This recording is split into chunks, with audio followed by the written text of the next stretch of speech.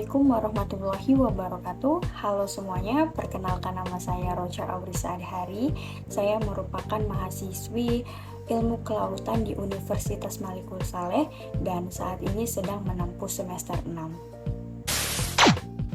Nah, pada video kali ini saya akan memberikan penjelasan secara singkat kepada teman-teman mengenai UNCLOS 1982.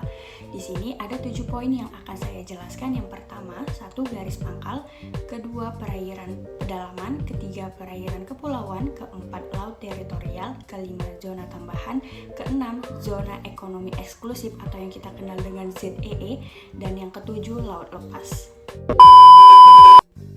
Nah, sebelum saya membahas mengenai 7 poin tadi, saya akan menjelaskan secara singkat apa itu UNCLOS 1982. Jadi buat teman-teman yang masih bingung dengan UNCLOS, jadi UNCLOS itu merupakan singkatan dari United Nations Convention on the Law of the Sea atau Konvensi Perserikatan Bangsa-Bangsa tentang Hukum Laut.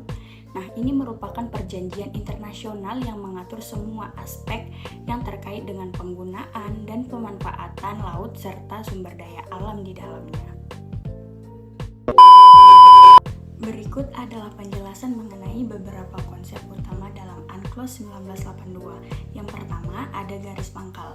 Garis pangkal ini merupakan garis dasar yang digunakan untuk mengukur perairan di sekitar suatu negara. Garis pangkal inilah yang menentukan batas awal dari perairan teritorial, zona tambahan, dan perairan kepulauan suatu negara. Yang kedua, perairan pedalaman.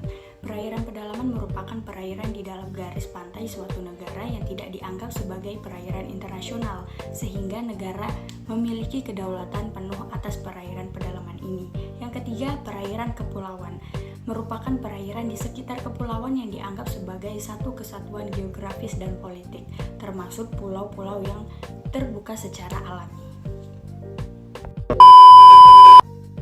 Yang keempat, ada laut teritorial. Ini merupakan wilayah laut yang terletak di sekitar garis pangkal suatu negara, biasanya memiliki hingga 12 mil laut diukur dari garis pantai. Yang kelima, ada zona tambahan.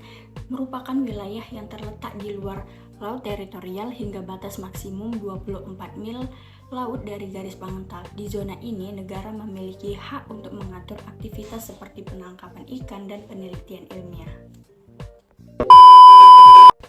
Yang keenam, ada ZEE atau zona ekonomi eksklusif, merupakan wilayah laut yang terletak di luar zona tambahan hingga maksimum 200 mil laut dari garis pangkal. Di ZEE ini, negara memiliki hak eksklusif untuk memanfaatkan sumber daya alam seperti ikan, gas alam, dan mineral dasar laut. Yang ketujuh, yaitu laut lepas, merupakan bagian dari laut yang terletak di luar ZEE, di mana semua negara memiliki hak untuk memanfaatkan sumber daya alam secara bebas tanpa memerlukan izin dari negara pantai.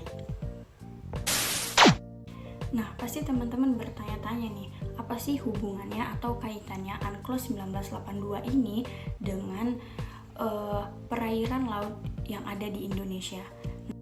Permasalahan laut di Indonesia saat ini termasuk illegal fishing, penangkapan ikan berlebihan, masalah pencemaran, dan konflik teritorial dengan negara lain terkait klaim wilayah maritim.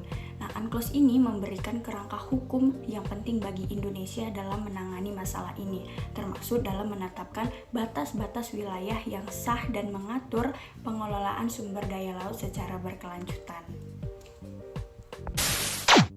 Nah, itu tadi merupakan penjelasan singkat mengenai UNCLOS 1982 dan beberapa aspek-aspek yang mencakup UNCLOS tersebut. Semoga video ini bermanfaat. Saya sudahi dengan wassalamualaikum warahmatullahi wabarakatuh. Audio Jungle.